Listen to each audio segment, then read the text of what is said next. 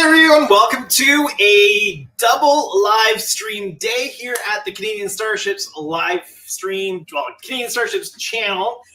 We're going to be doing 2 live streams today, but first order of business, can you see me? Can you hear me? Leave a comment in the comment section to let me know that you can see me and you can hear me okay, because there's no point me rattling on if you can't hear me and see me. Let's see. We've got Pierre, good evening from Belgium. Well, good evening to you too. We've got Deep Space Crafts. Welcome. Captain Shalamang's here. Captain Shalamang says, so Andrew, since you're streaming so early, does that mean today is a double stream like last Saturday? Yes, it is. The family is still away at the in-laws. The kids are having a blast with their grandparents. And so that means I've got the flexibility of doing a little bit of extra streaming. So we're here right now, and we'll go for about 2 hours, and then we'll take a break, and then we'll come back at 9 p.m. Eastern for the regular stream time. All right, Keith is here saying hi to everyone. Deep Space Craft says, we can see you and hear you. Perfect. Glad to hear it. Pierre says, loud and clear. Captain Shalamang says, read you loud and clear, Andrew. Perfect. That way I know that I'm not talking to nobody, which is great. All right, so I'm gonna grab the Enterprise. I'm gonna bring not the Enterprise, but the Enterprise. Not this one. This one. Bring it over to the desk, and we're gonna continue working on getting everything in the lower saucer ready. All the wiring connected. We've got some nav lights to connect. Some things to secure in place. And then we're going to get the upper saucer pretty much ready to go over the course of the day, so that hopefully by the end of the night, that top saucer is going on top there. So we got a lot to do. So I'm going to go over and grab that. Let's see. Pierre says, we'll watch the second live in replay. That is awesome. Thank you. All right, let's go over, and I need to move the keyboard out of the way first. And then I might as well switch over to, just look, make sure everything's good to go. Switch over to the desk view. I will throw my face in the corner so you can still see if I fall off my chair or something silly like that. All right.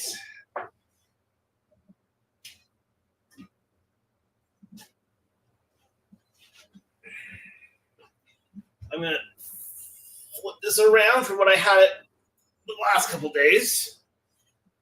There we go. Here we are.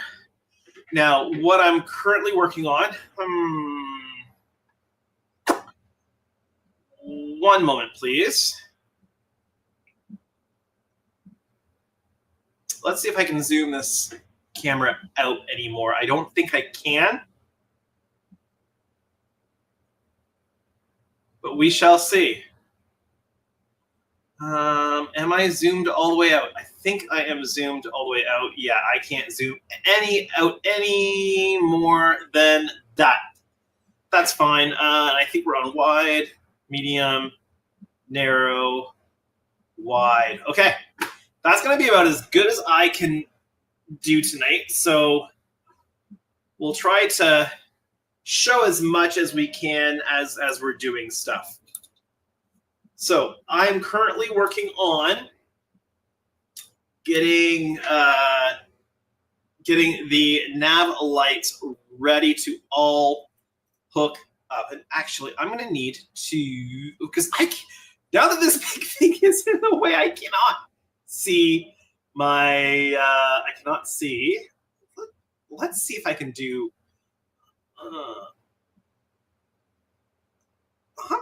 I'm going to try something here. Bear with me, please. What I'm doing is I am stretching my window so that I can see what's going on the camera, but I can also see the chat off in the corner. There we go. So let's see.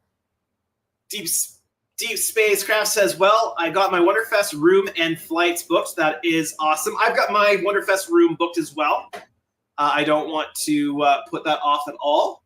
So good job getting your Wonderfest room booked and flights. I'll be driving as per normal because I will be bringing hopefully 2 models this year. I mean, next year. This year's already happened. And Captain Shelving says, no shame in that, Andrew. I have fallen off my chair while making a video. Had to pause the video because I was laughing at myself. Yeah. I mean, it happens, right? It happens. Yeah, I might have to, I don't know. I'll have to work around this a little bit, but we'll see what we can do to make sure that you're seeing what I'm doing. All right. Here we are.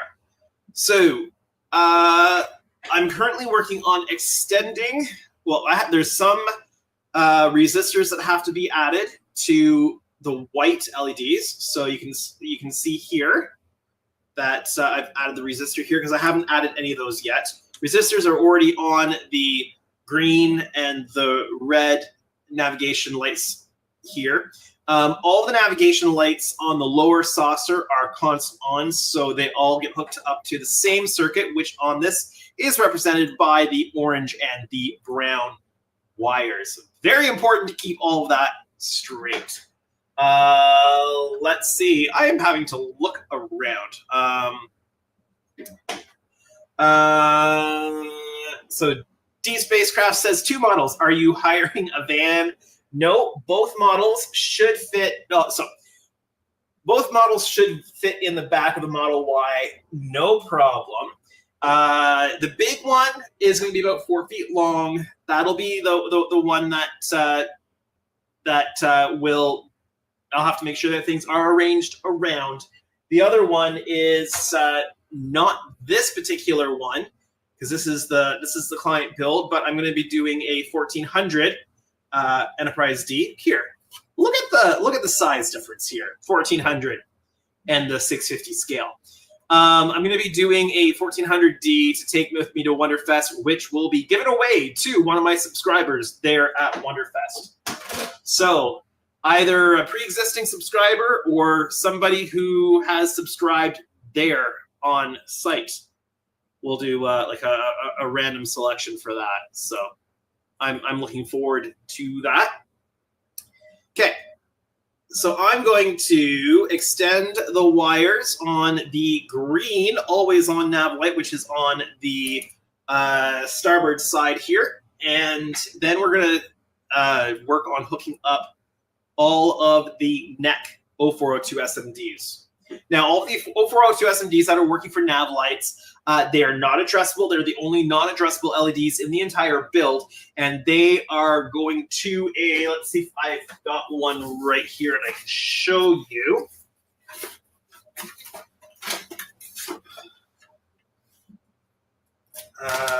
Yes, I've got one right here.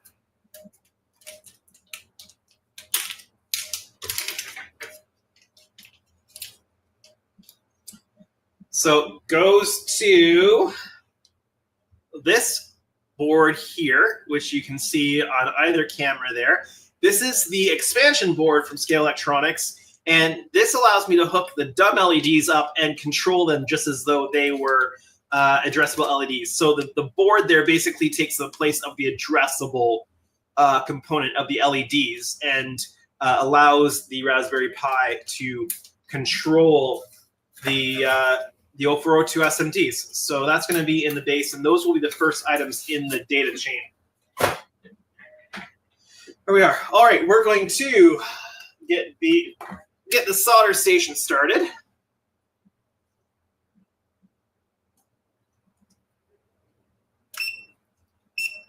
Part of me wonders if I should mount my camera a little higher up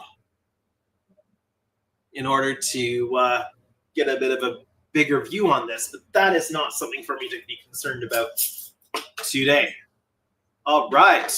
What is everybody working on today? Let's see. Captain Shelmang says, I know right such a difference. I was shocked by the difference between the 1000 I'm assuming that's the 1000 scale Enterprise B Excelsior class saucer and the 1650 Excelsior saucer. Yeah, huge difference. I'd grab the no, I don't have the 650. I've got the 350 Enterprise B saucer, but it's packed away and I'm not pulling it out right now. Or otherwise, I'd show you how the 350 compares to the how the 350 compares to the 650 Enterprise D. We've got Jody here. Jody says, "Hi everyone, I'm at the grocery store." All right. Hopefully, well, I was about to show my my grocery store bias because I used to work at grocery stores. So to me, if you're in Canada, hopefully you're at a grocery store that sells President's Choice no name products. Let's see. Captain Shelming says, "Hi, Trek Mods. How you been?" All right. So the solder station is warming up, and I have some. Right. I don't think I've got enough of the orange and brown spare wire, so I've got a bundle of it over here. Hard to see what's going on actually on my desk because saucer takes over absolutely everything. So orange is, one moment. There we go. I had something stuck to my wire clippers. Orange is the positive on the constant on 0402 SMDs in this world. And brown is the ground. Brown is the ground. It even rhymes. Look at that.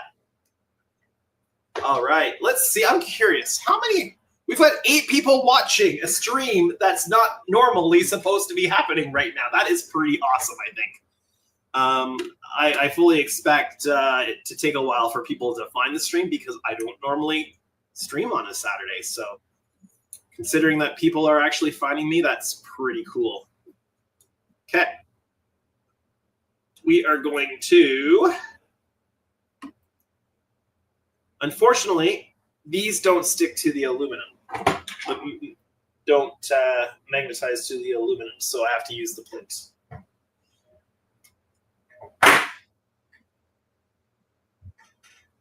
Can I reach all the way over? I can.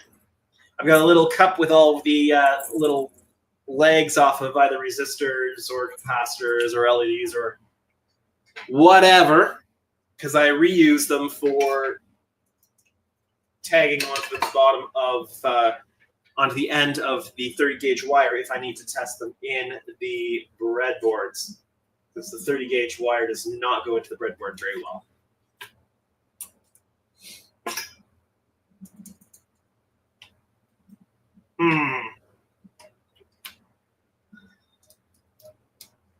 Some reason my solder wand came loose, so that's going to need a little bit more just to warm up the end of it. All right, let's see. Jody says PC all the way, buddy. Yeah. So let's see. You're either at a no frills or a Zayers might be up there, or it's possible it's an independent up there. But you're probably at the old Pino's store. Are you at Pino's? I'm not sure what it's called. No, sorry, that's Sault Ste. Marie. Never mind. So probably an independent, a Zayers, could be a Loblaws up there. I'm just guessing. Captain Shelving says also right now doing some kit bashing. Very cool. Work on the 1000 scale Excelsior, some of the Excelsior refit parts, as well as the Reliant for my Dreadnought project. Very cool. Deep Spacecraft says, well, your normal stream is 2 a.m. for me, so a little late. Yeah, I get it. I get it. It is a late stream for anybody across the pond. Thing is I've got young kids, and so I can't stream until they have gone to bed. Jody says independent. It was I worked at 2 independent grocers back when I was in high school and university. So I know the independent grocers very, very well. 3 a.m. for me, a little late too. Yeah. It is very late for those who are over there. So All right. Solder station should be warmed up enough. Let's see if we can connect these wires.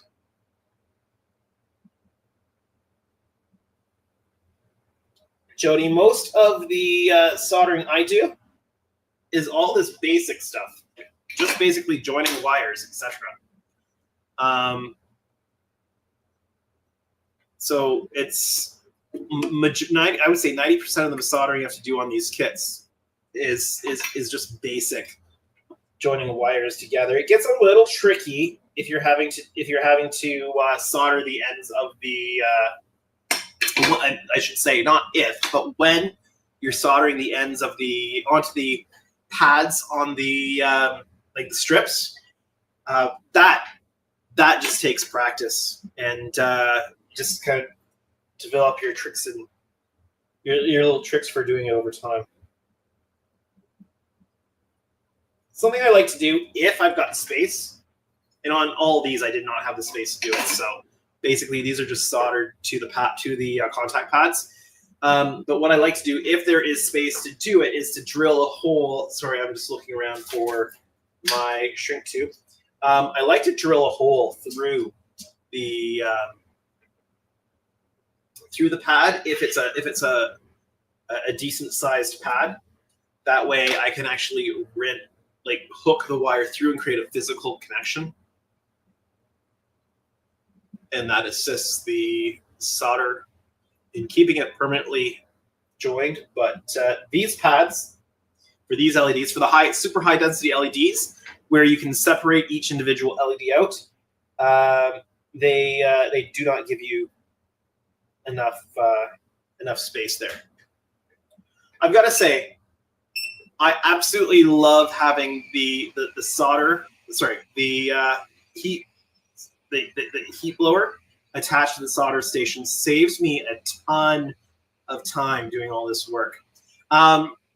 Just so you're aware, the saucer is in the way of me seeing the comments. So in between steps, I will kind of move my head around and see what's going on in the contacts. Like seeing Pierre here who says, Andrew, where did you find your soldering station? Amazon? Yeah, I just found one on Amazon that looked decent, decent reviews. I mean, when you're buying things off Amazon, sometimes you just kind of have to take a risk that it's going to be good, because a lot of times you're getting stuff that's not necessarily the best quality, but that one seems to have worked out. Let's see. Jody says, basic once you know what you're doing. You know what? Make you a deal, Jody. I bring my soldering station to Wonderfest with me, just in case. So if you haven't figured it out, I mean, if you're not comfortable with soldering by Wonderfest, we'll do like a Friday night or Saturday night soldering session, and get you comfortable, because I think it's just a matter of getting you comfortable. Let's see, and Jody also says Ken offered me a lesson today, but I was busy. But you know, if we do it, if you don't get the chance, if you don't feel comfortable with it by Wonderfest, we'll do it in person. Then we'll sit down and we'll have some fun doing some soldering stuff. Captain Shelming says, hey, you mean Andrew? Oh, you mean Jody. There you go. Hey, Jody, what scale is your D7 battle cruiser? And Jody says, excellent. And I'm pretty sure that his Klingon ship is the 537 scale. But I will let Jody confirm or deny that size.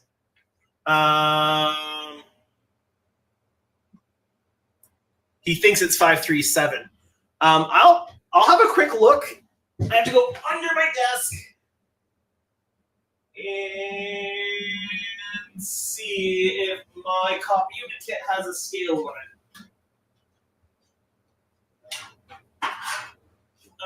One moment. I just have to pull it out.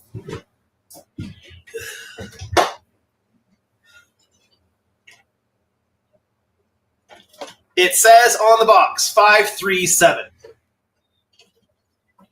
some of the boxes, depending on whether it is a current box or a legacy box, some of them don't have the scale or the correct scale on the box. Do I have?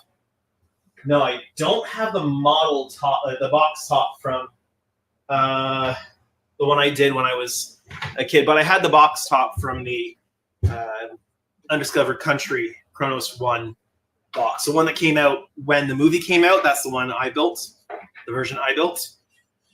But yeah, so the box I have says 537. I'm just gonna star the comments so I know where we left off. All right. So that is the positive side done. We just need to do the negative side. Man, half of these LEDs are all just so negative.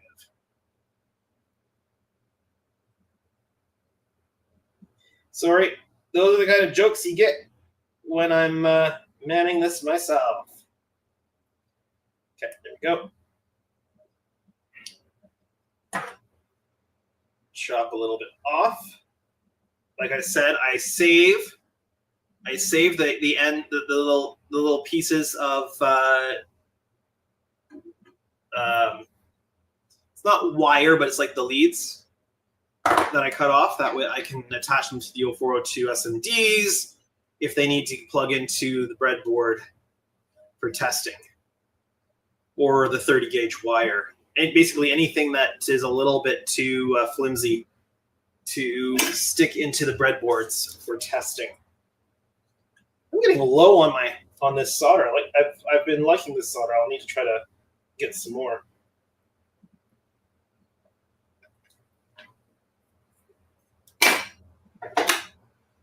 Okay.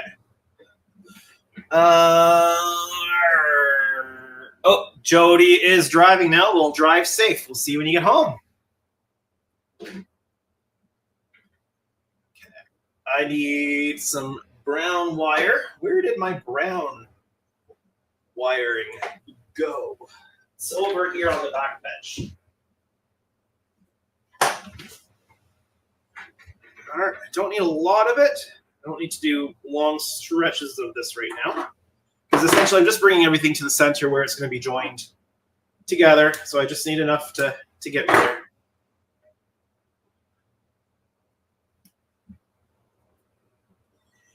I keep throwing stuff where my garbage pail normally is, and it's not there right now. And so everything is landing in the garbage. So I'm going to just take a quick moment and move my garbage pail over here so that when I toss stuff, it doesn't land on the floor or right down on top of my... Oh, I threw something out that I didn't mean to throw out. Nope. So it doesn't land on my vacuum cleaner or like my shop vac or on the top of the 1400 scale Enterprise D saucer, which was just sitting on top. Move my garbage over here, and now the garbage is exactly where it needs to be for me to throw things out via muscle memory. All right, solder on that. Just need to solder the wire here.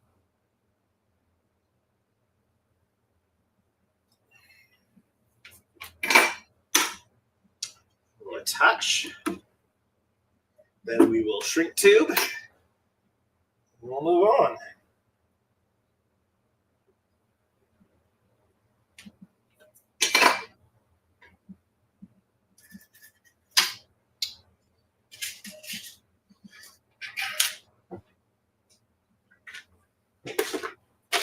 Grab some more of the really narrow shrink tube. I'm going to have to refill a lot of shop supplies, I think, once these projects are all done, because I'm working my way through everything.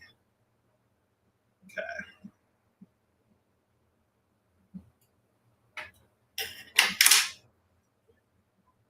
I'll check the chat again here in a few moments once I get the shrink tube fully installed here.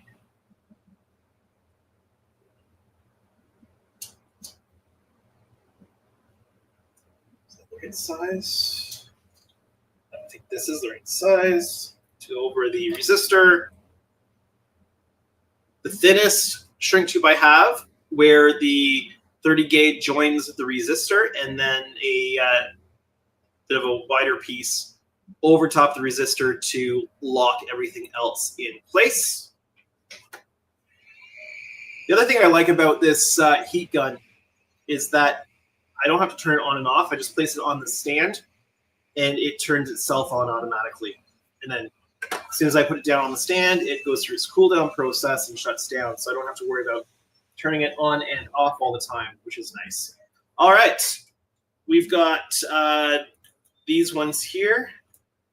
Got the front ones. All right, I'm going to switch this around so that the saucer is pointing the other way, because I can work on the neck either side, and that's going to allow me to see the chat better. So just move some stuff around here, and we're going to just do a flipperoo. Everything's clearing. I'm not hitting my monitor with the nacelles. That's good. All right, now I can see the chat around the nacelles. All right. Perfect. So next thing I need to wire up are all of these wires around the neck. And they can all get wired up together and then run to the feed up here. But the red and green 0402 SMDs all already have their resistors. Actually, everything has been resistored here. So except for the ones on the saucer here. So I need to resistor this up and then connect everything together. I think I'm just going to do probably bring them over here and then wire them all up together. All right, let's get to this. I need the resistor for this 0402 SMD right here. Gonna chop it down small. I'm not keeping the legs off of this one because they are bent from being in the breadboard like so. Did that for bulk 0402 SMD testing. We've got 12 people watching. If you have not had a chance to yet, leave a comment in the comments in the chat so that I know who I am talking to. It's always nice to know who it is that I am chatting with while I'm on live stream. Okay. All right. Love how the Omni thingamadoohickeys stick right to the armature on the model. And I may have to do parts of this standing up. So if I do, I apologize that you will not have face cam. Because I can't move the camera that quickly. Go. And my head might get in the way of this a few times, just so that I can see what I'm doing.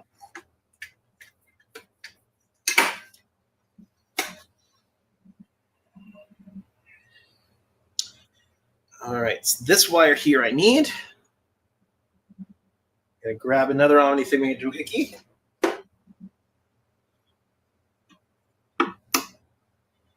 And pre-tin the end of this wire. Of course, pre-tinning each piece you're going to put together makes everything go together better. Go to better together. I can't talk. Live stream brain.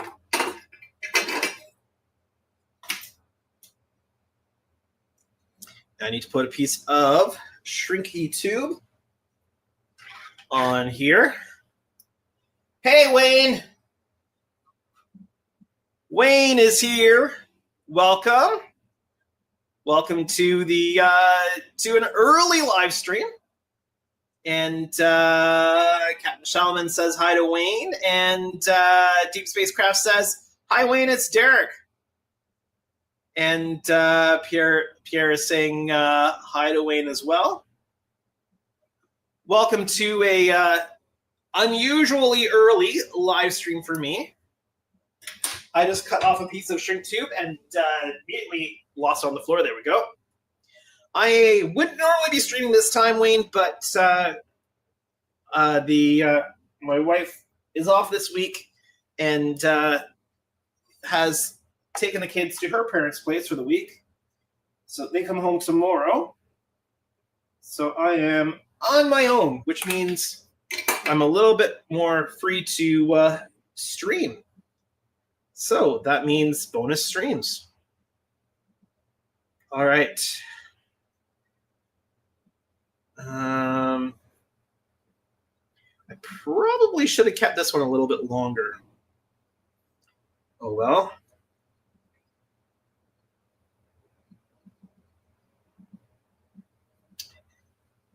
Because we're going to connect all of the positives here because these are all just the constant on. And that's going to be fun to do here.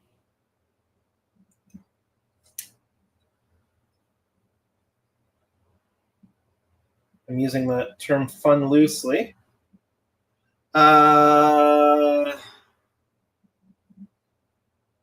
Pierre says, guys, don't forget to put a thumbs up. That would be appreciated.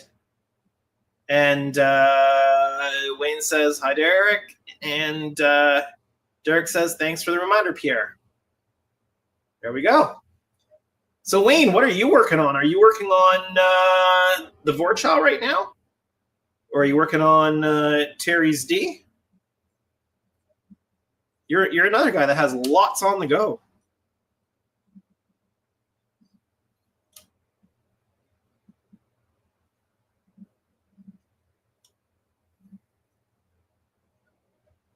Wayne says, I saw you were streaming earlier, so I thought I'd pop by and say hi.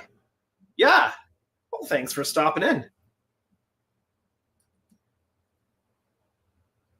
These wires, no matter what you do, wires tend to revert back to their natural state, twisted.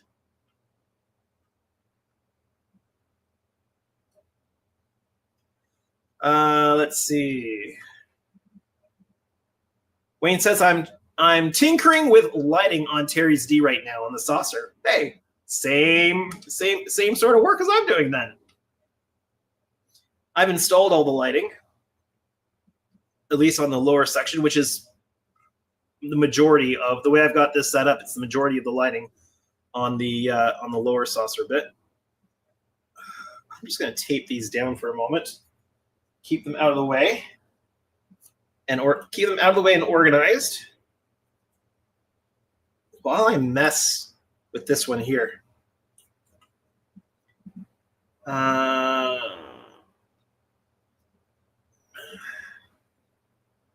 How close are you to having the whole thing closed up?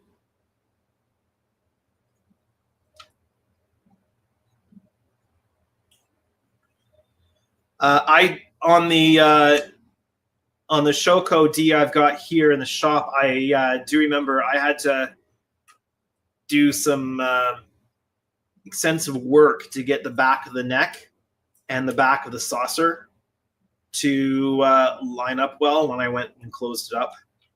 Like the back of the top saucer to meet with this part.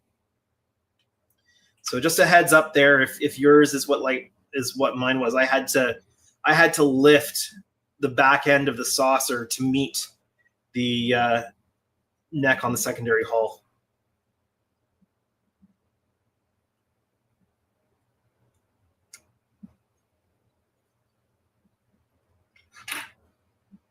But we know resin fiberglass kits are not styrene kits. Each casting can be a little bit different. So issues I had with mine won't necessarily be the issues that Wayne has with his. All right. A little bit more chat. Deep Spacecraft says, I managed to get a bit of modeling done earlier, but it has got so warm and muggy. I hear you. I hear you on that. I have finished for the night. It has been, let me get my face in here. It has been super hot here lately. Today is our bit of respite. It is only 25 degrees Celsius here today, which is beautiful, considering we've had 33-degree temperatures for the last while, which I'm not built for. I am not built for the higher temperatures.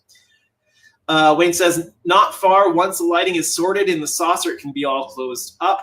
And says, yeah, the cast of the saucer is a bit pancaked. I've heated and reshaped it more than once already, and it still needs work. Yeah, the nature of the beast, right?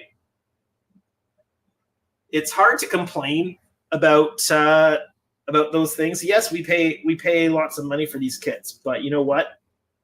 They are garage kits.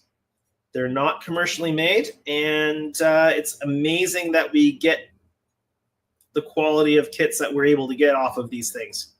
I am always amazed at how well some of these guys doing this do on these.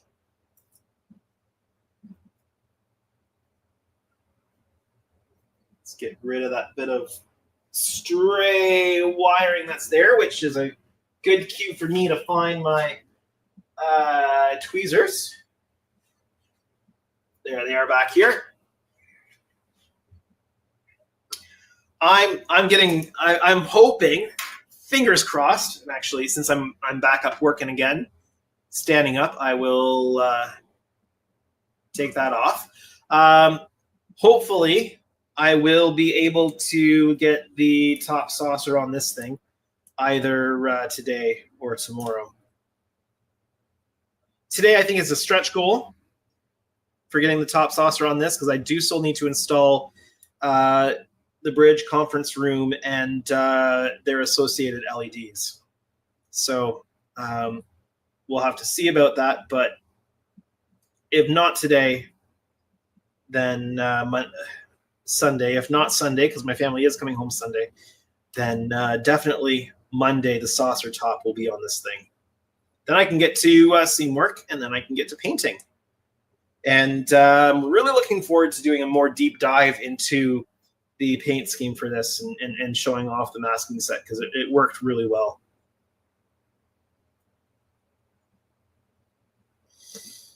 Let's just tack these in place before I mess with them too much.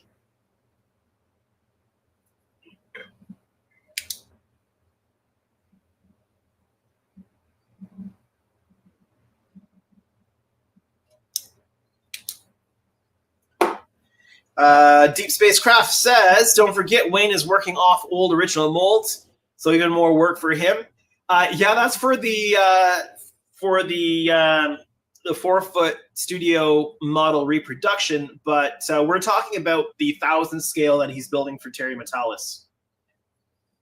Captain Shalming says, I live in Florida, so I'm somewhat used to the warm temperatures, but still got to be careful, as I have gotten heat exhaustion a few times since I started working at Lowe's in the last 6 years. Yeah, I am not built for the heat. I do not do the heat well.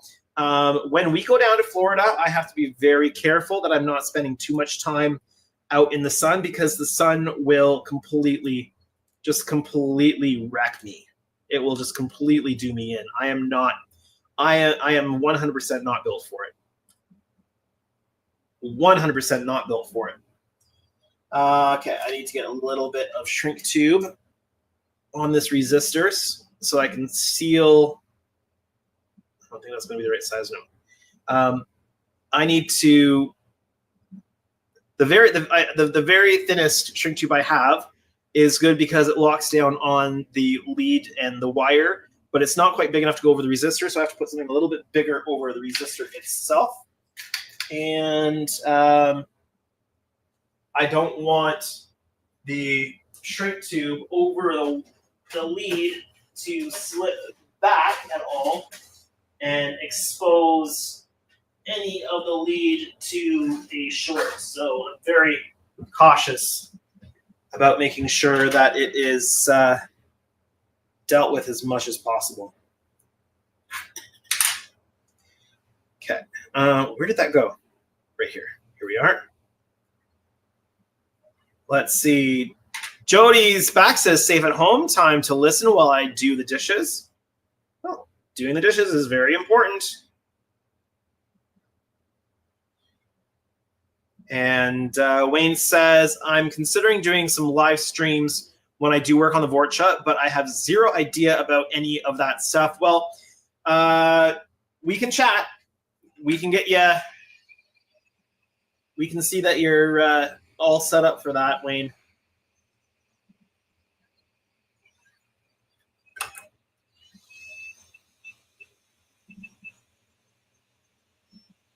Here we go. This is ready. And Captain Shelming says, this is good, Jody, although the dishes, not so much fun.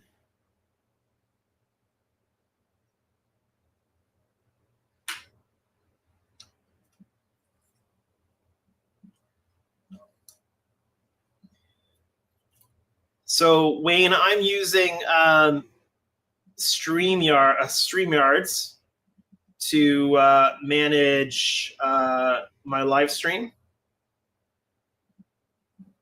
But you can also use OBS to stream with. I'm only using StreamYards because I'm part of the Hobby Time Modelers group. And I've bought into that so that we share the StreamYards, the professional StreamYards plan. So we all kind of kick in for that. That's how I manage putting the chat on the screen and that kind of thing. But you certainly don't need that to get streaming. OBS is a very helpful tool.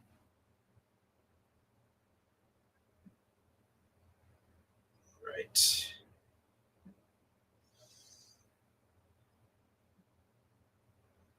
Sorry, I'm just counting LEDs here. 4 LEDs is, so I'm looking at 4 red wires. Perfect. I think I've got them all.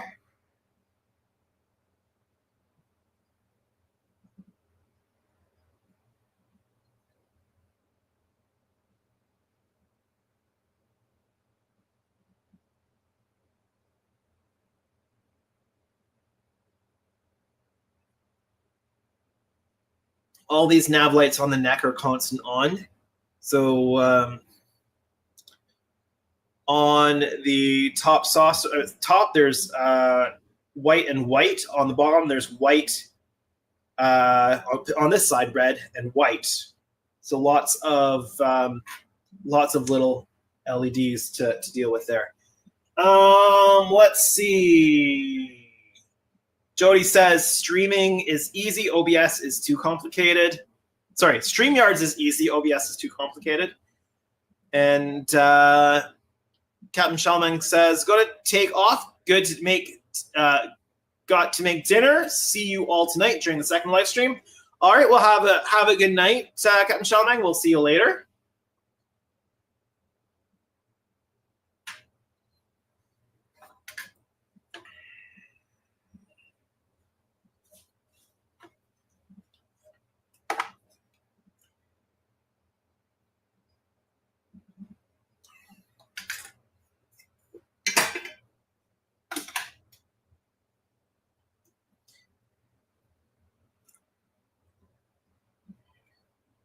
The only thing I don't like about all this being pre-resistored, etc., is cable management.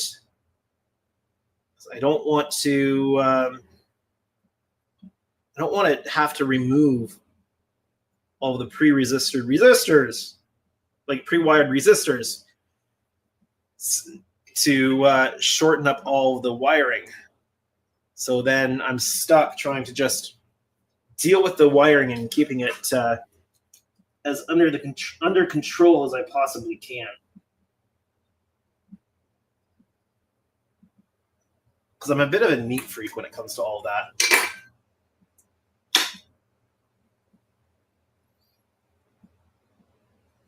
Okay, now I need to put an orange wire on that.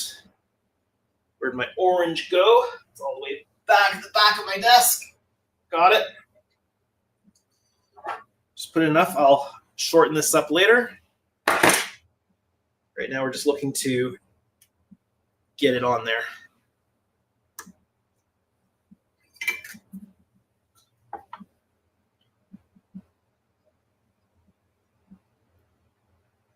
It's a good thing all of this with different wiring makes logical sense to me, or it would be crazy trying to do all this. Oh, leaving comments on the screen, a service I provide. All right. Let's see if we can attach this. Shorten that up first. And then we're going to add the shrink tube later on this, after I get this installed here.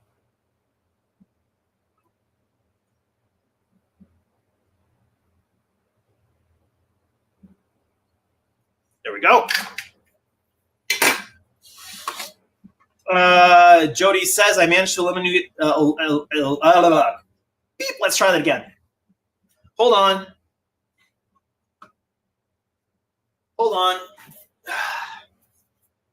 Take two. I managed to illuminate a section of lights you gave me. Like last night on stream, I repurposed my tattoo power supply for modeling. Okay, very cool.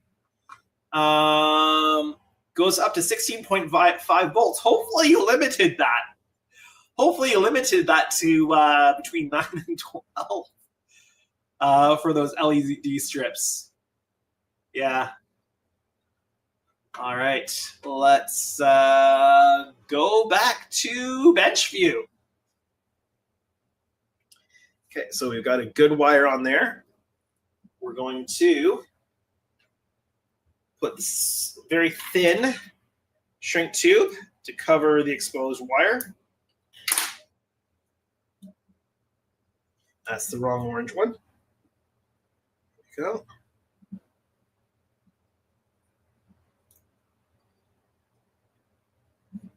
There we go. Oh.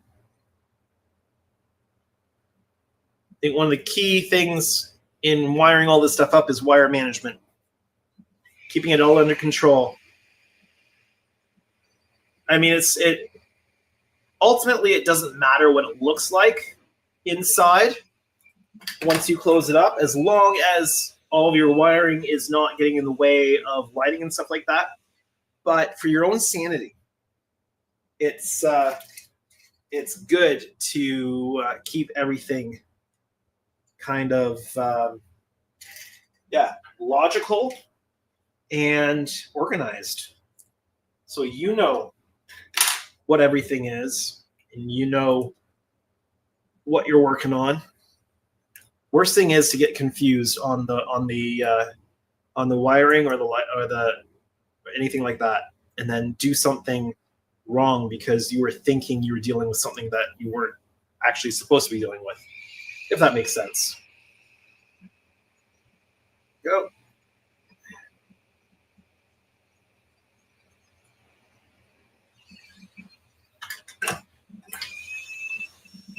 There we go. Oh, I got a wire caught in that.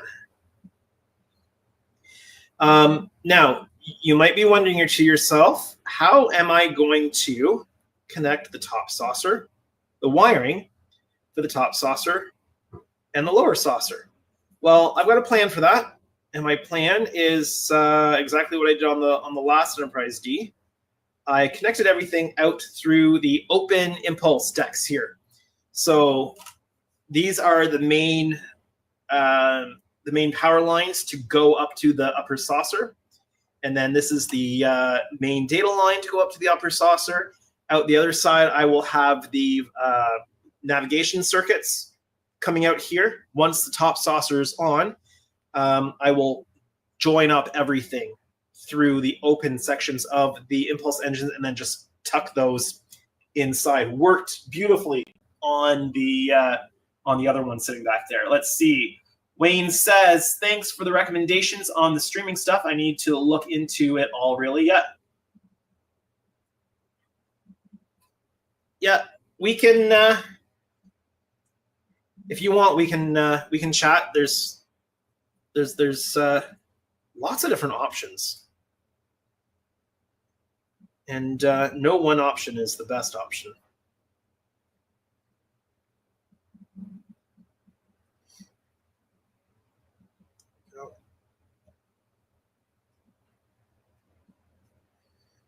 Just kind of trying to consolidate all that wiring down. I'm going to throw gloves on though. We're going to tack it all down. Solar res.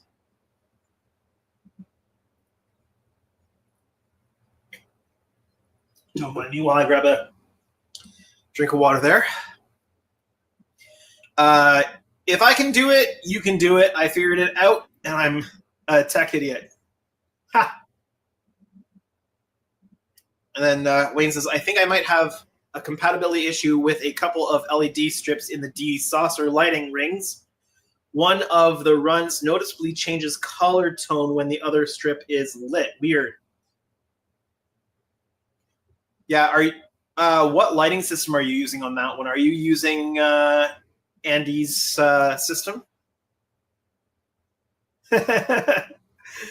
And Wayne says, thanks, Trek Mods. I'm a vinyl dinosaur. Because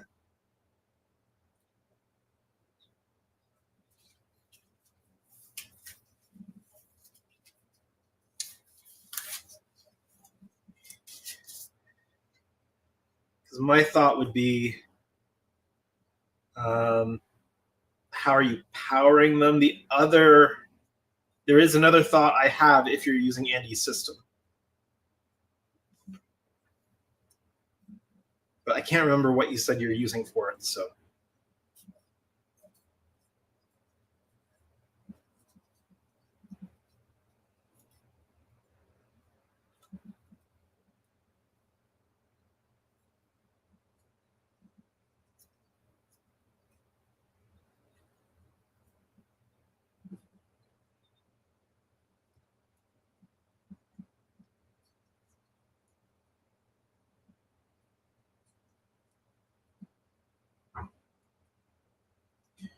All right.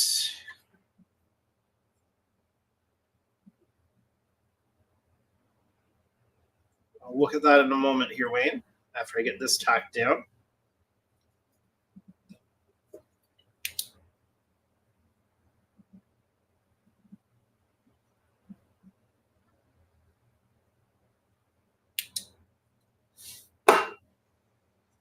Just looking for my chair.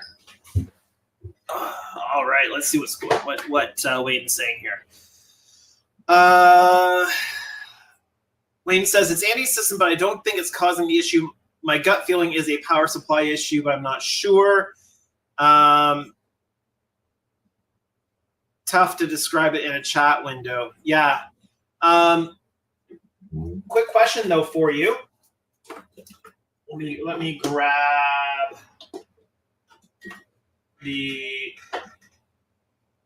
the system here. So here is a breadboard. Here is the Raspberry Pi, and here is the connection cable for it.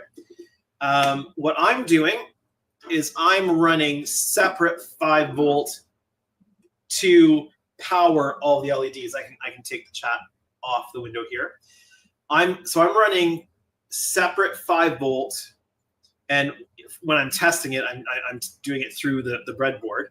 So I will put my ground and positive from my 5-volt source which is currently a USB cable that I've chopped the ends off of, and the positive and negative go into my breadboard here.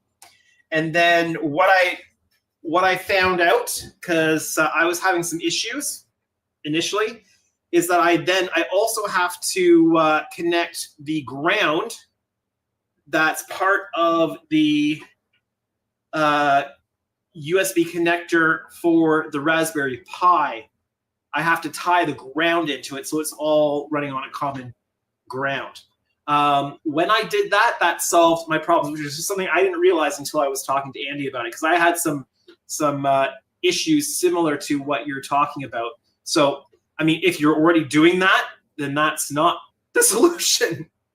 But I just bring it up because I had a similar kind of a thing. So it wasn't until I connected the ground from the Raspberry Pi wiring, because you've got the split, the split USB. One side of it goes into the Raspberry Pi, the other one goes to this cable, and so I had to connect the ground that's powering the Raspberry Pi to the ground of my power source coming in. So I don't know if that helps or not, but that's just an issue I ran into. Okay, where am I at? Right, I tacked this down. And I'm going to have to tack that down as well.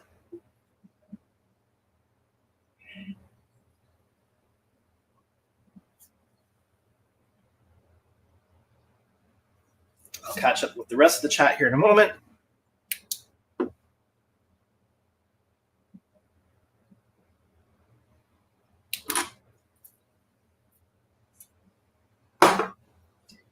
And just lock down the entire group here together.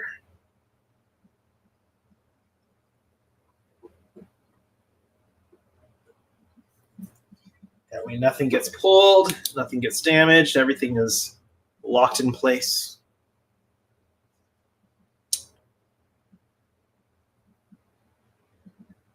Jody says, I got my first computer when I was 30, then tablets came out. Jody also says, so I didn't get much PC experience. Deep Space Craft says, might need to check the voltage, Wayne. Well, it should be running on 5 volts. It's one of the nice things about using that system is it's hard to mess that up.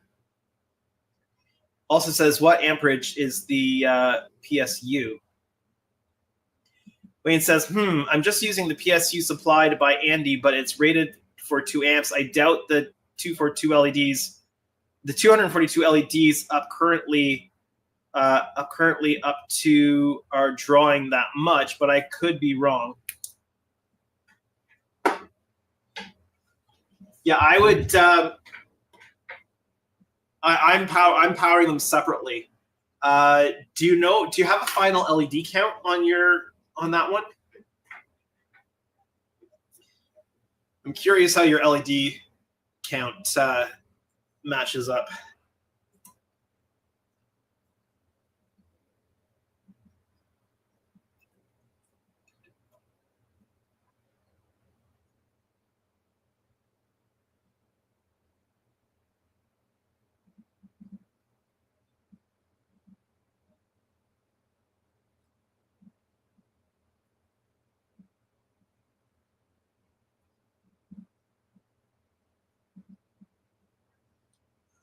Probably do this with my clothes off, but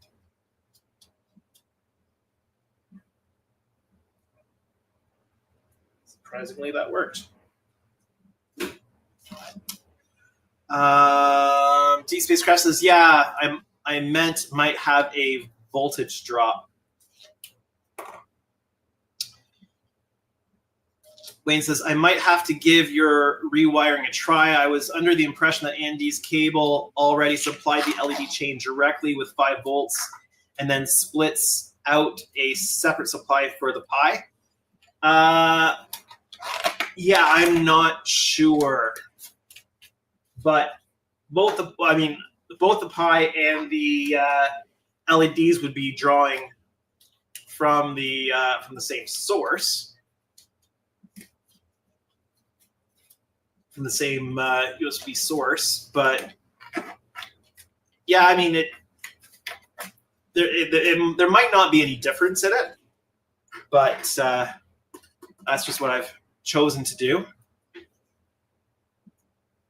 right.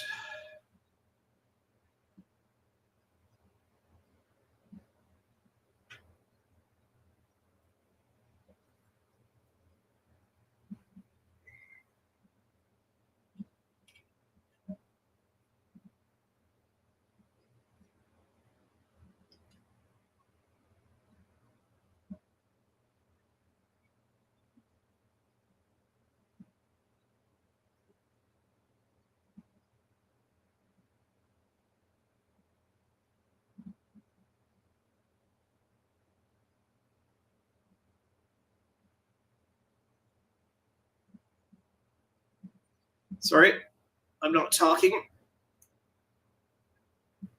Just distracted by what I was doing there. One moment, please.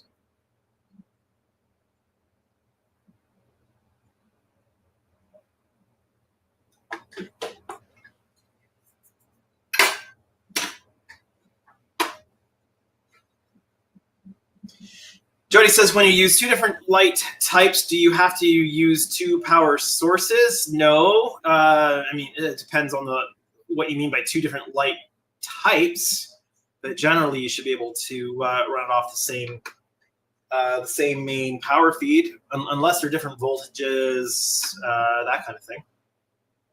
Wayne says, it'll probably be around 300 LEDs at a guess, not done in the cells yet. Are you doing phasers? Pierre says 242 LEDs can potentially draw 242 times 20 milliamps times 3 equals 14 and a half amps if all sets to 100% white. And Jody says, or do you put in some kind of circuit that divides the supply? I feel so stupid about this stuff.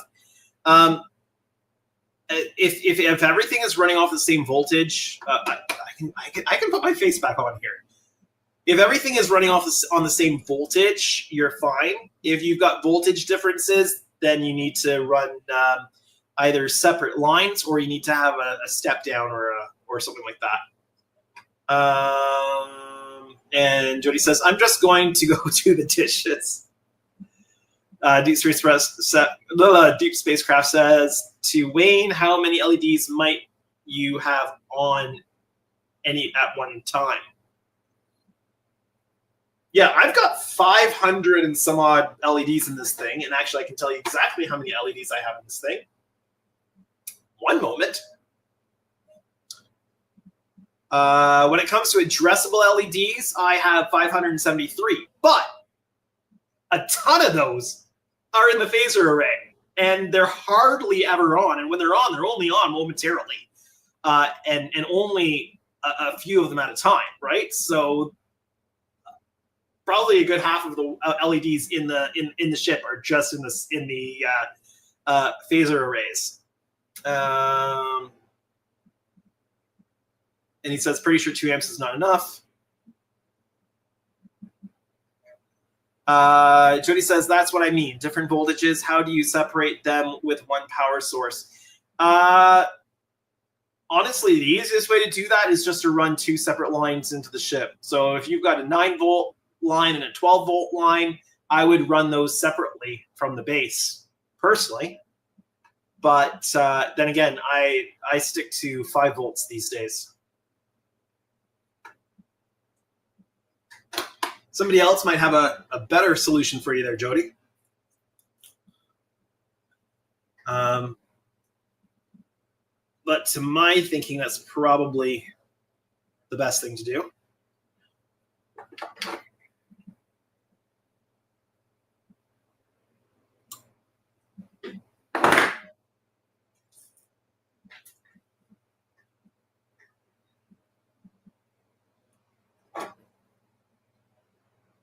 And if you can, color code your circuits so you know what's what when you're working on it. Wayne says, I'm running several strips for the window lights. The issue is when all the sections are lit, the white is different between them, yellowish versus bluish. Yeah. Are all your white? Sorry, are all your LEDs the same? You know what, you should just come into the stream, even on voice only, so we can chat. If you want to do that, I can send you the link. You've done it before. Let me copy it, so if you want to come in, I can send it to you.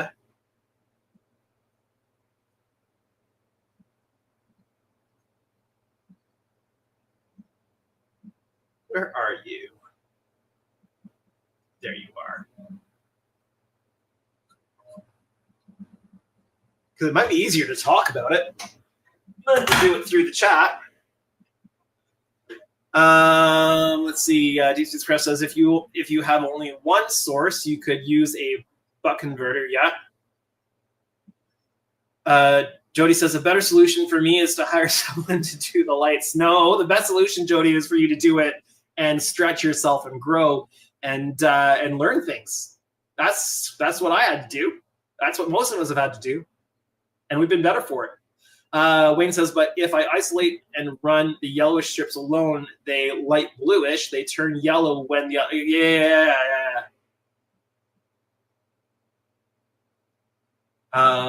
Pierre says, yes, they are probably underpowered. Check the voltage.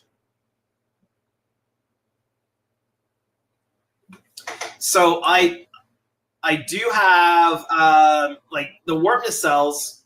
When they go to warp, they do tend to go a little yellowish instead of whitish on that.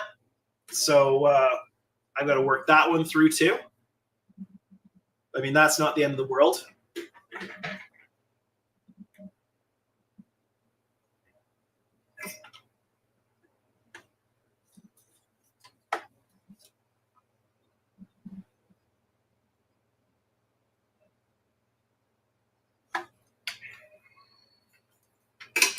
But yeah, Wayne, if you want to chat about it more, feel free to just let me know. I'll send you the link for you to be able to come in. You can come in voice only if you want.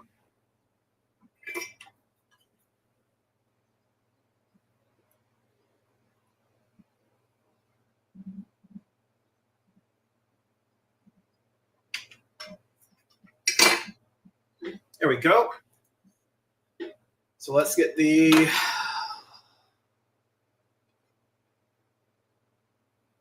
it says, just digging out my mic. I'll jump in if I can find it. Perfect. I'll send you the link.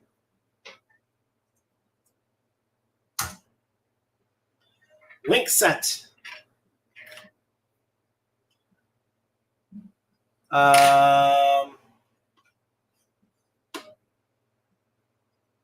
Deep Sea Craft says to Wayne, I think you need a PSU for the Raspberry Pi and a separate one for the lights, or a much beefier PSU. I'm assuming PSU is power supply unit. Just guessing there.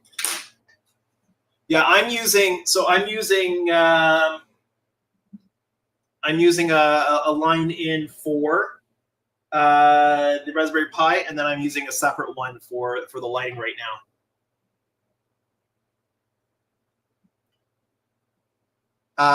Pierre says, in fact, if your power source is not available to deliver the amps needed, the voltage will drop, just for info, yeah. And Deep Space Crafts, I think you said your name was Derek, right? And he says, yes, it is. Yes, I'm assuming that means to power supply unit. There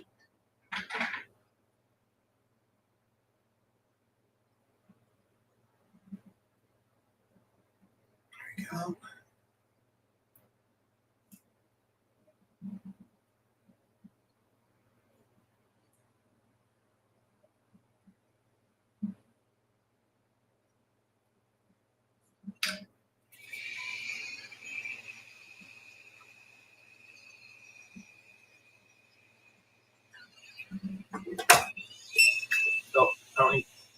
I was about to turn my my heat gun off, but I don't need to. It turns itself off automatically. Automagically.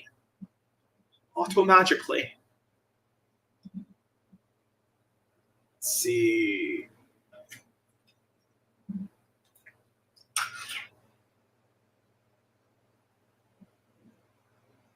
Bigger shrink tube. Hold it all together.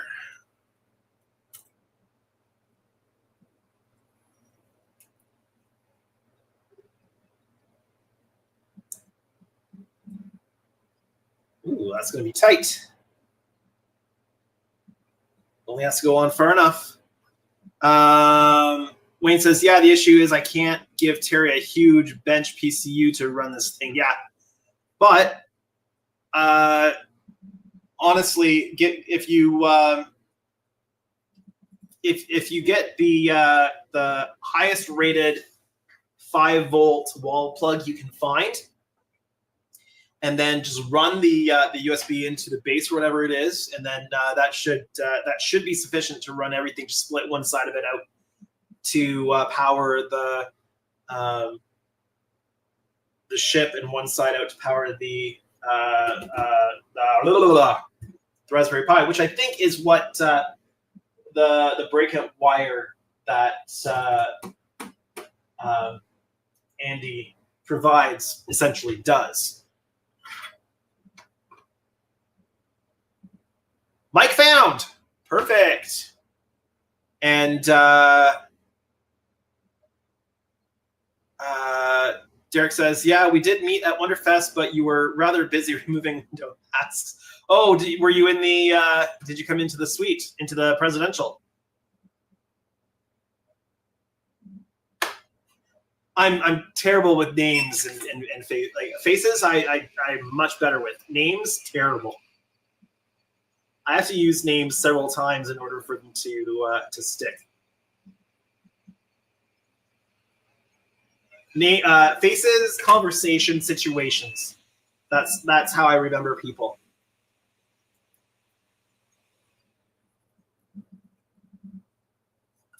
All right.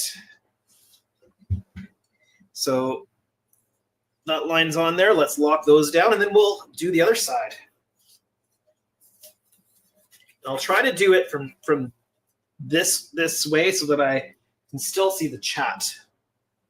I'm missing a glove. Where's my other glove? Oh, there it is. Under the ship where I can't see it.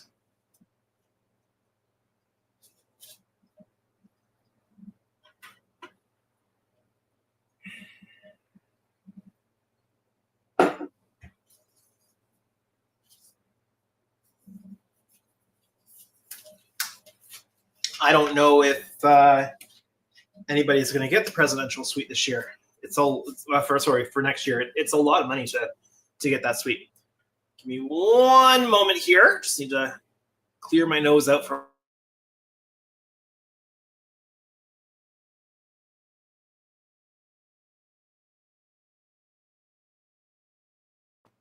Just wanted to mute while I do that. You don't need to hear that, especially if you're wearing headphones. All right, where is my? Here it is. Gonna have to refill my little SolarRes bottle before the next stream, I think.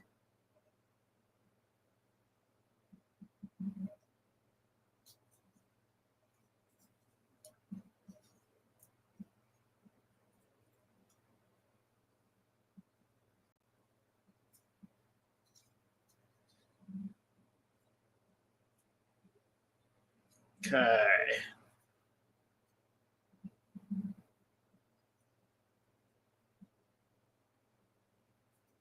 And Wayne, once you come into the studio, it'll give me a little notification, and I'll just let you in. It just might be a moment, depending on what my hands are busy holding at the time you come in.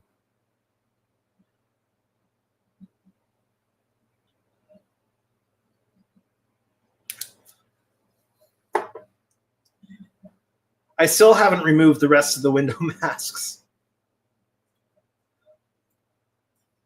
I've been busy trying to get this copy of the kit up to speed with the other one, because I really want to to do a good video on the Aztec painting. I had to really gloss over that on the first one because it was just simply a mad rush to get it presentable for Wonderfest. So I want to take some time to document in a dedicated update video the Aztec painting process step by step. Wayne says he's on his way. Jody says, were you the tall guy with the short hair and glasses?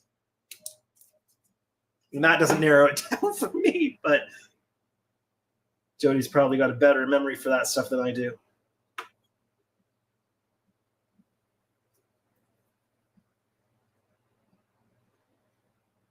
When I'm at Wonderfest, I talk to so many people. Sometimes it's hard to keep everybody straight. Oh, here's a Wayne. How's it going? Yeah, not bad. Can you hear me all right? I can hear you. Can you hear me? Yeah, I can hear you, yeah. Good. How's the level? Because I've got the mic sort of off to the side. Yeah, sounds good to me. Ah, good. Okay. Yeah, weird. I do think it's a power supply thing. But I need to do a little bit debugging more before I sort of hang my hat on that. But I think it is a power supply thing. I'm surprised though, because it will surprise me because the 4-foot had a lot of LEDs in it, and that thing only drew 4 or 5 amps. So if I'm already at 2 amps and this thing's got nowhere near the amount of LEDs in it, I know they're like each chip is actually 3 LEDs, so like on the smart LEDs, but still. So what type of lighting are you putting in it? It's the standard. What's the protocol? WS whatever it is from Andy's system. WS 2812. Yeah, I can't remember whatever those are. Yeah, whatever the protocol is. I made sure I did that, but they're from different suppliers because they're from Amazon, but they don't come from the same factory. So, and I wouldn't have thought that's the issue. Yeah, WS 2812s. That's it. I did get some that are not as high density, and I was going to use them, but they don't come out anywhere near the same color as these do under the same situation. So some of them do just naturally go run a different color, but yeah, they shouldn't change color. Like they shouldn't start off the right way and then change if it's just a matter of the difference in LEDs. Yeah, because when I first noticed it earlier, and I thought, oh, that's weird. But then I just thought, well, their default white is sort of skewing towards the warm side. Okay, no big deal. I'll just part those out in the program. Create a separate subgroup for those strips, and then just run them at a different color temperature to balance it out. Yeah. And as I was doing that, obviously I was isolating those from the other LEDs, and then I realized, they're the right color now. They're the only ones lit. Now they're not yellow anymore. Yeah. So yeah, it probably is a power supply thing, but yeah. Very early on in the process of learning to use Andy's system on the other D there, I was having some problems with the coloring on the nacelles. Yeah, and with them running properly and that kind of thing. But that was my problem. I was using a completely separate power source just to run the LEDs, which was separate from the power source running the Pi. And so Andy, it took Andy a little bit to realize what I was doing. And then once he realized what he was doing, he told me I had to keep those common grounds on it. And I haven't had a problem with it since. So. Yeah, I don't think it's not a problem with the system as such. I think it's the application and the power supply. Like I say, I'll be surprised, but it's not. It's the more likely, explanation. I would think. So are you doing phasor array on it? I don't think so. No, I don't think so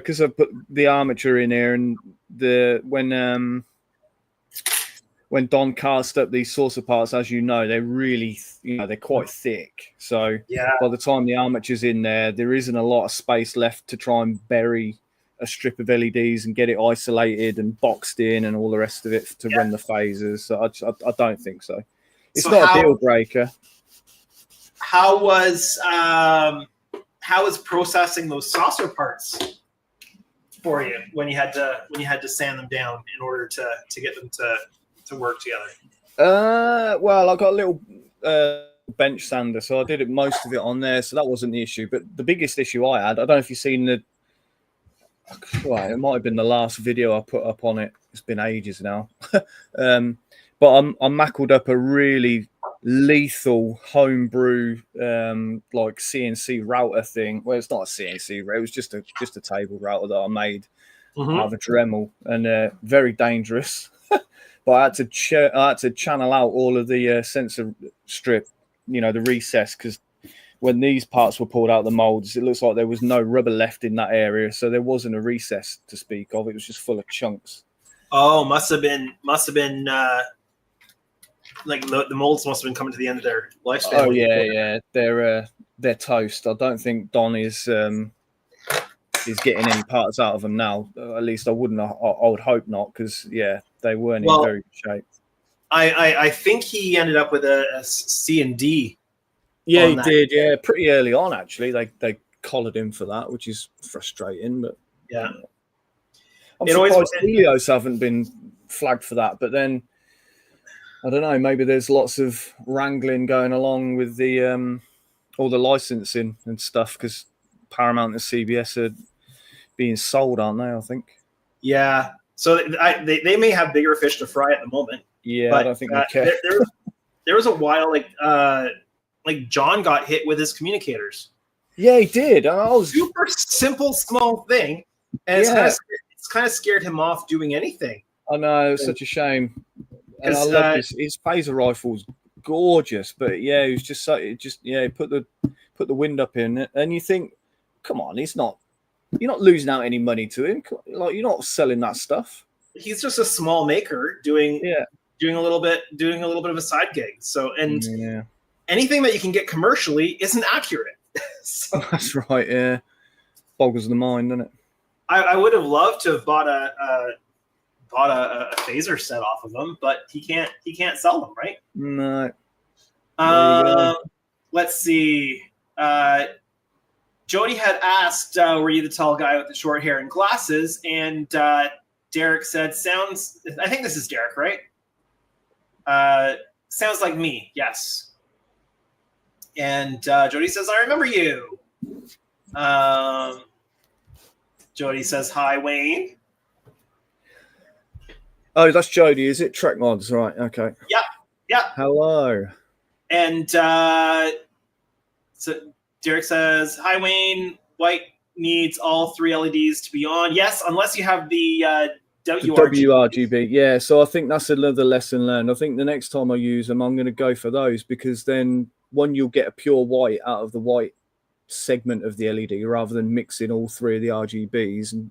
And 2, you're only using potentially a third of the voltage, because you're only using one of those segments. That might be the way forward. Next time, it's too late now.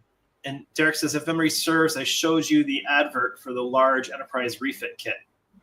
Oh, is that who are you talking to there, Derek? Me or to Jody?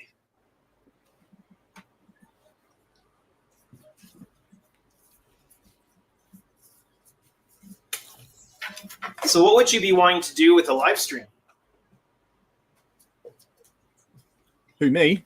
Yeah, what would you want to be able to do with it? Just a basic live stream, or be able to interact with chat and stuff like that? Like probably similar to what you're doing, but not with the multiple cameras, because I haven't got time for that. But I just thought it'd be interesting, because the 4 foot, the D was done in like such sort of isolation and secrecy. It was just me. Basically. I couldn't even tell anyone about it at the time, and I was thinking, people would like to see it.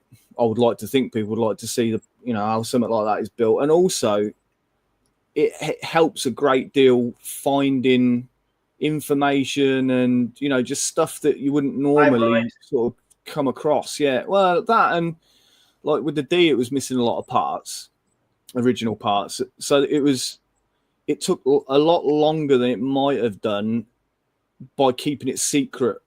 You know, if I was able to sort of show the project as it was going, those missing parts might have come to light a bit quicker, if you know what I mean. You know, if people know that the project's happening, they might, you know, some parts might have come out of the woodwork earlier. Don't drop that. It's a flashlight.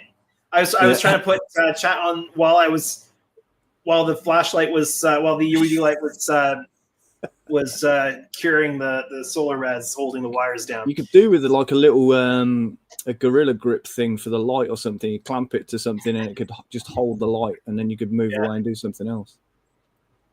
So yeah, that's what I'd like to do with the Vorcha anyway, is just sort of show the process as it's being built, and then, you know, who knows what might come from it. One of the nice things about doing it as live stream is you're not then editing a video afterwards. Yeah, I don't necessarily mind that, but I just thought, it might be fun for people to watch me go through the pain of trying to sand fiberglass without getting it stuck under my fingernails, you know, like bamboo torture, and, you know, wrestle with paint colors. Yeah. Although I did get a really good paint match this weekend for the whole color, so that's good. Well, I saw you commenting to somebody that you had a studio painted in the cellar or something like that. Yeah, it's one of the front ends. I guess it is the Bassard collector, because the Vorcha was like touted as a blending of Federation and Klingon tech, wasn't it? So, Derek says he was talking to me. You better answer him. And he says, I think some Vorcha live streams would be great. Love the design. Yeah. So was I talking to you about? I was talking to you about the potential of a very large sized refit kit. Alec is here. Says hi. Hi, Alec. Are you at work? And Derek says, just realized, where's the tea Earl Grey hot? I have coffee right now. I will have the tea Earl Grey hot in the tea Earl Grey hot cup for the 9 o'clock stream.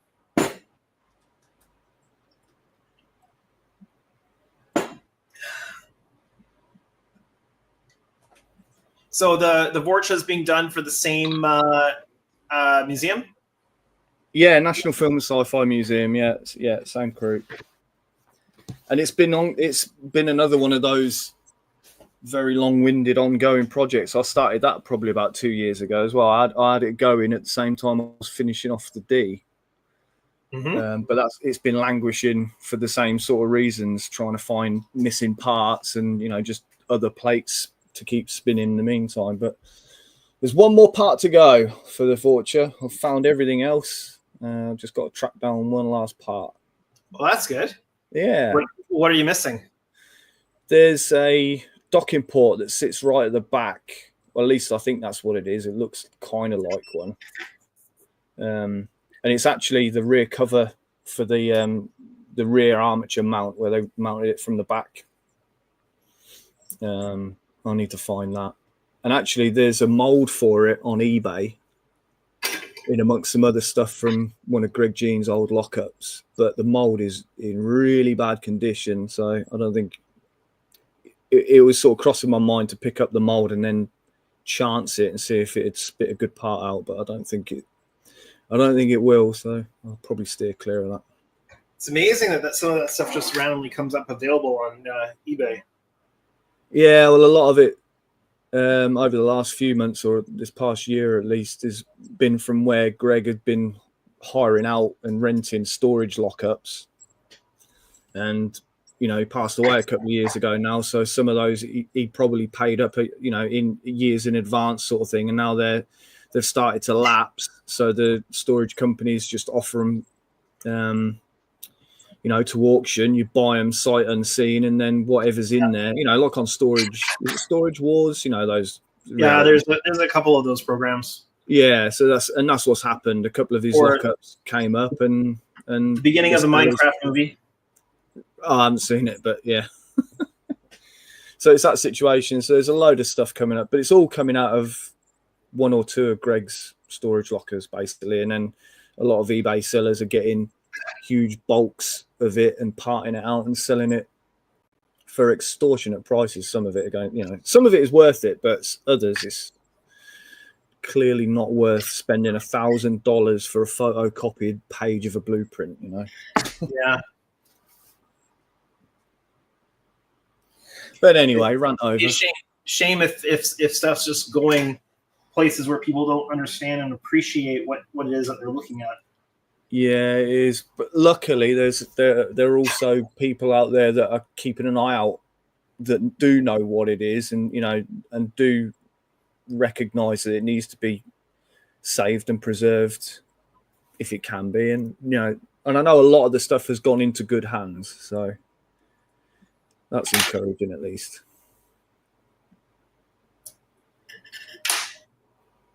And is that is the D-Daradex from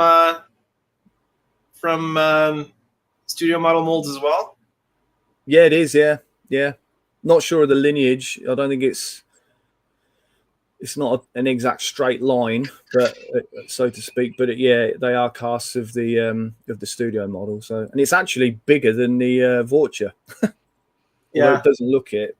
It was the first time I sort of mackled it together was for the Small Space show last week, and when I got it together, I was quite surprised. I was like, oh, this is actually longer than the Vorcha, and the Vorcha is only 3 feet long, which is also a surprise. I thought it was going to come out a bit longer than that. Mm-hmm. And it's a fun fact for you scale fanatics out there. The 4-foot D and the Vorcha are the only filming models that are ever built to the same scale. So they are actually to scale with each other. Oh, really? Yeah. I always thought it was a cool updated Klingon design. I wasn't so thrilled about necessarily the color, but... Yeah, weird sort of pale green. I feel like they changed that, though. Yeah, they definitely painted it to a darker, and I still need to get a positive ID on where this nacelle part, because it's the Bazaar collector off the end, so that I've got, and it came. I'm almost 100% certain it came from a Pyro model because it's been very crudely brush painted, and there's no internal light blocking. So if you hold it up to a light, the light just comes straight through the surface, through the green paint. So it was obviously never intended to have any lights inside it. So you think it was one of the breakaway models for filming the explosions? Yeah, and if that's the case, most likely it's for DS9 because they would have done more of that for DS9 than they did for TNG. And the overall sort of colour of it does seem to be the darker green rather than that sort of pale teal blue-green. Alex here says, I'm not at work yet. Also, don't mean to sound rude, but I just joined and I missed you introducing your guest on the stream. Well, this is Terry Metalis. Yes, thanks very much. This is Wayne from Motion Picture Miniatures. Wayne is built a 4-foot reproduction of the studio, of the 4-foot studio model. He's working on the 1,000 scale for Terry Metalis right now. He's built countless others. And has some other projects on the go from molds done from studio models, and is the maker of the masking set that I've used on the Enterprise Ds here. So that's Wayne, Motion Picture Miniatures. Hello. And ready saying hi to everybody. And Jody says, I'm currently building the 7D cattle bruiser. He's taking the 537 Katinga kit. He's shortened the neck. Let's see if I can remember this. He's shortened the neck. He's taken the secondary hull section and flipped it around backwards. And he modifies stuff all the time. It's kind of his thing. Nice. And Derek says, to Trek Monty, I've been watching the videos. Pierre says, have to go. Have a nice evening, guys. Well, thank you for stopping by. I know it's probably getting on over there. So have a good night. Yeah, I'm getting a few people stopping by for the early streams that wouldn't normally be able to stop by. Yeah, I mean, I've only ever been on, or I've only ever caught one previously, and that was the one I was on before, and that was like 3:00 in the morning over here. So. Yeah.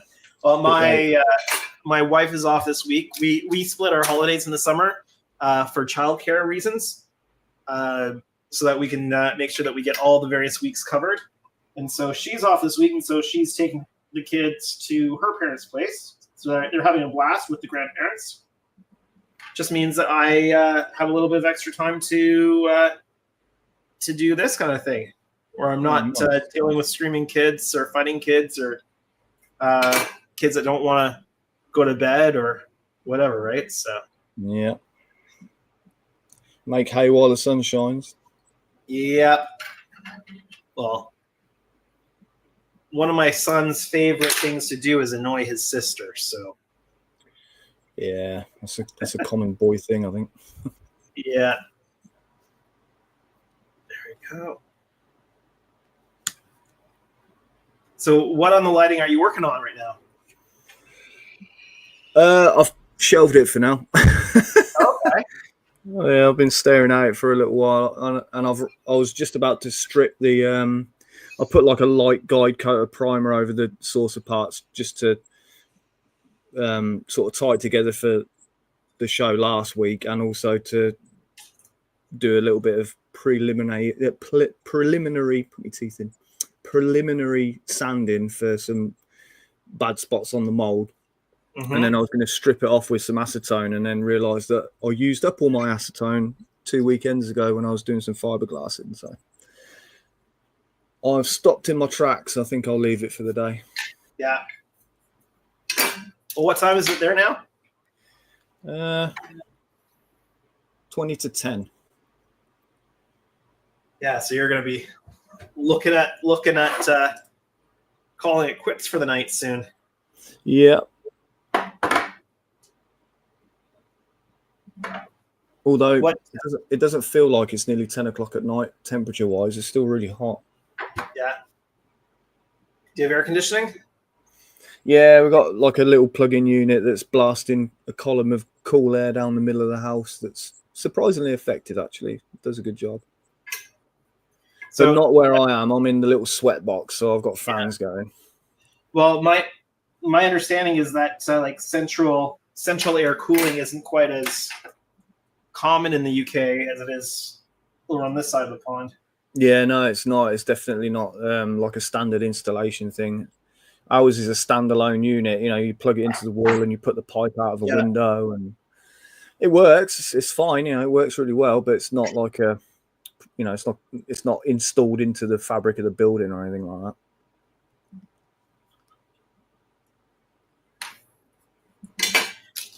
Yeah, I can't imagine how I grew up without air conditioning. Yeah. Used to spend a lot of summer nights sleeping on a couch in our basement because it was just cooler down there than it was up in my bedroom. Yeah. They like to pack loads of cavity wall insulation in houses over here as well, so it takes the house a lot longer to cool down. Mm-hmm. Because the heat is just sort of, which is great in the winter. Welcome to Canadian Starships. We're talking about cavity wall insulation. Alex says, so Andrew, I can't help but notice you're not using your Picard teacups today. They in the wash. I'm drinking coffee right now, and I won't put the coffee in the Picard teacups. The tea Earl Grey Hot will make an appearance on my stream at 9 o'clock Eastern. Save them for the regular live stream time.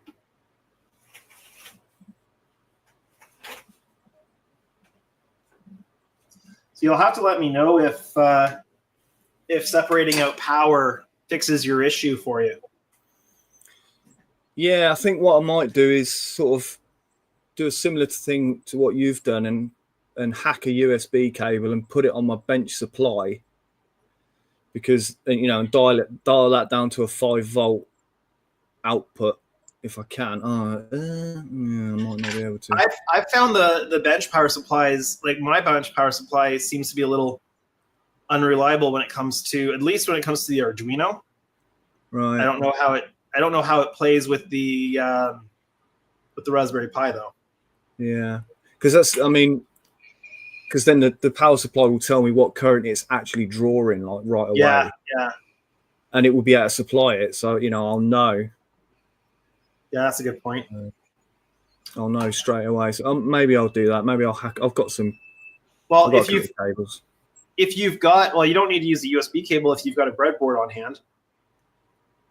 Yeah, no. What I mean is, I'll use one of, because I've got, like you, I've got several of Andy's kits sitting in boxes, so I might just hack the USB plug off of one of his separating cables, and then. Oh, the other question I guess I should ask is, do you have do you have a capacitor in your line? No, I haven't got around to that yet. It's a good idea though, because I've noticed a little bit of flickering as well. Yeah, so I'm running a capacitor just in the power line just to smooth it.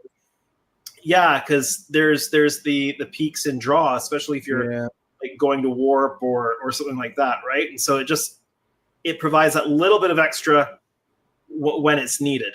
Yeah, it's just like a reservoir, isn't it? Yeah.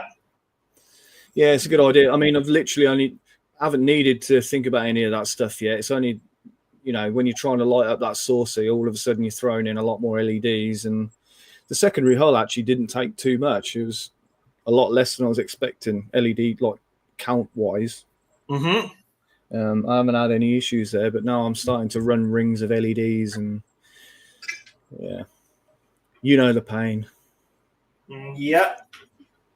Well, I think I've got 39 LEDs in the chiller grills. I've got, and these are all the 5mm.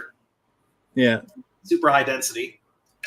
And then I've got 9 on each Buzzard, not because it needs 9, but just gives me some flexibility in playing around with some various different effects. Yeah. After everything's said and done, I figured like I could go with the standard 2 or 3 5mm, but then I'm really limited in what I might be able to make it do afterwards, effects wise. Yeah, it's sort of future proofing it. Yeah. Yeah, good idea. And you can set it up to run on just 3 LEDs or 2 LEDs, but you can also take full advantage of the 9 LED array. And it didn't take any more time to put the 9 strip in than it would have just to put a couple addressable 5mm. Yeah. LEDs in. And you got a little bit of built-in redundancy as well. Like, say one of the sort of red elements dies out. I don't know if that's a thing on an RGB LED, but if one of your LEDs goes out and you've got an array of LEDs in there, you can just patch into the next one and turn that one on instead. Yep. All right, I've got 14 minutes left on stream, I think, tonight. Well, this afternoon. I'm going to take a dinner break. Oh, so did you see, well, you must have done, the Helios sort of updates to their next issue of their D kit? I did, and I'm getting one. You are? I'm getting one, yeah. So I had the option of either, for myself, or I mean, maybe in a few years, if somebody wants a build, I can do another commission. I don't want to do it right away by any means, no. But I want to have it on hand and available. But I'm gonna get the repop of their repop of their D.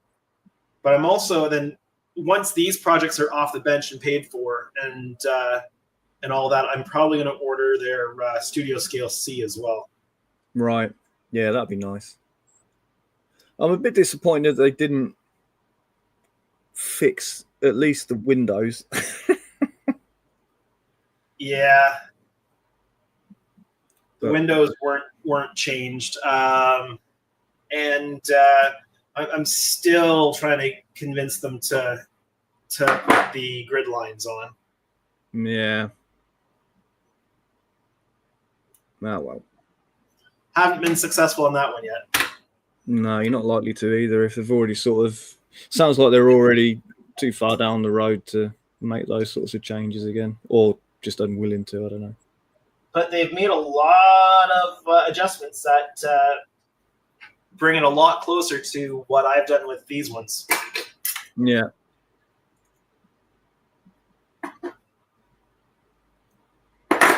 Well, getting the disc, like for Hagen getting the disc from you and modifying it for this was really helpful. Yeah.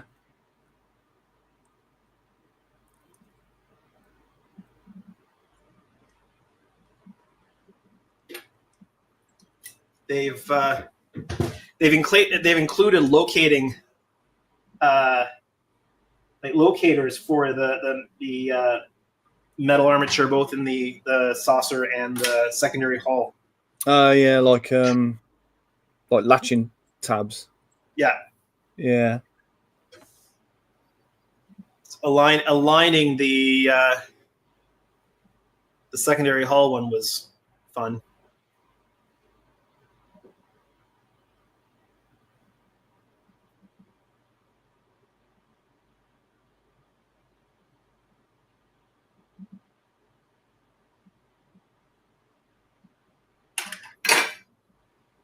Oh.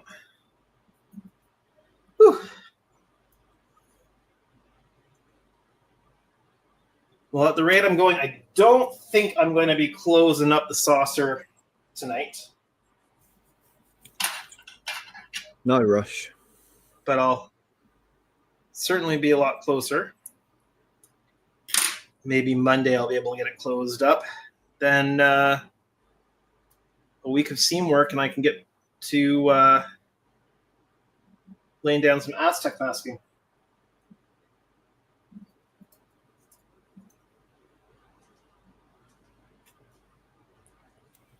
Like I said, I'm going to do a much deeper dive on the paint once it's been assembled. I had to rush through. Well, you saw. I had to rush through the paint in time to get it done for Wonderfest, so I didn't get a chance to. Just remember that all those wacky shapes on the port side, underside, starboard, I think, underside of the saucer. Side. Is it the port? Yeah, that's how it is. Yeah, I don't know what happened. I don't know whether they ran out of time or what, but yeah, there's some weird shapes around there. Or by then, Kim was just so sick of taping it that she just started going, just whatever. Quite possible. Very, very possible, yeah. I showed Bill at Wonderfest. I showed Bill George a casting of the... Did I show you that, actually? I had a cast of the 6-foot keel plate. Yeah, I've seen it in your pictures. Yeah, did I not bring it to show you in person? No, I didn't see it in person. I thought I did, but I showed Bill. He came up and had a look at it, and he got a kick out of that because he built the original for the pilot, and then he was the art director for Generations. So yeah, he got a bit of a kick out of that, seeing that. And I showed him some.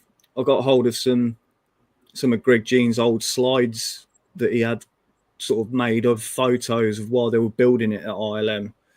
So I showed him those, and he had a nice trip down memory lane. So that was pretty cool. Just going to catch up on the chat here briefly. Alex says, I can. Before we moved to Arizona from Wisconsin, my family went years without air conditioning due to my parents getting a wrong pricing to fix it. Also says, I thought it was Earl Grey. Yeah, the Earl Grey is going to come later. Also says, I'd love to get a Helios NX01 someday. Yeah, I mean, I don't know if I think that run has already had its orders taken, so it depends on whether they'll take more orders. Would be cool if they did an NX01 refit too. Now, I'm not sure what size of NX01s they're doing, but there's also the Polar Lights kit for the NX01 at 350 scale.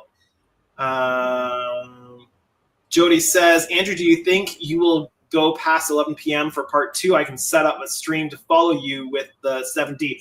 I will. I can guarantee. Let me just put my face up here. I can guarantee you I won't be going past 11 because, as always, I have to work in the morning. So 11 is kind of a hard end time for me. So yeah, if you wanna set up a live stream after I'm done, we can throw the link to it in my chat there near the end and send everybody over. I wish YouTube did the kind of like raid feature that Twitch does, where you can send all your viewers to another stream, and it comes in like a viewer raid. Alex says, I'm going to hope for. I'm going to hop off now, guys. When I return either this or the part 2, I'll sadly be at work. All right, have a good night, Alec. And Jody says, that doesn't make me sad. I'm not sure what that means, but okay. And how would I give you the link? You can send me the link through directly through Discord if you want, or I can grab it because I can. Your stream will be. Here, let me try that. Take 2.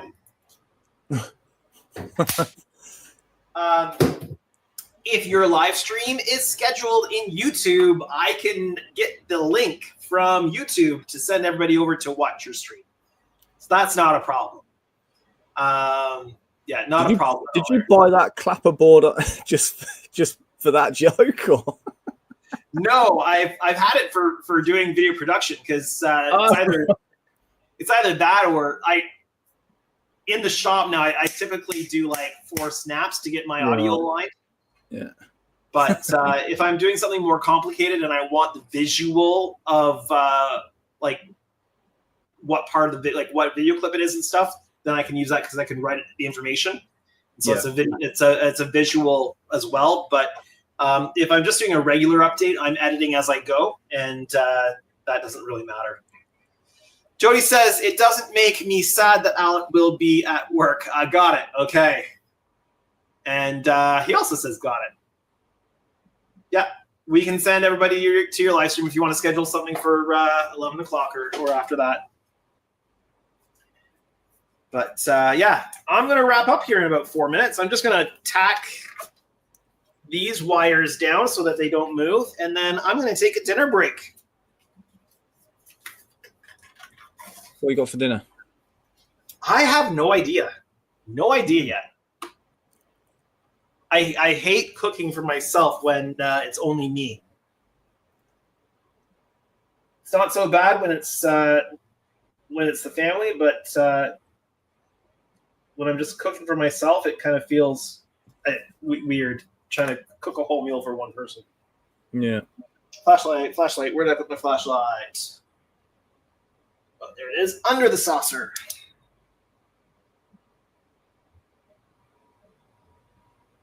Go.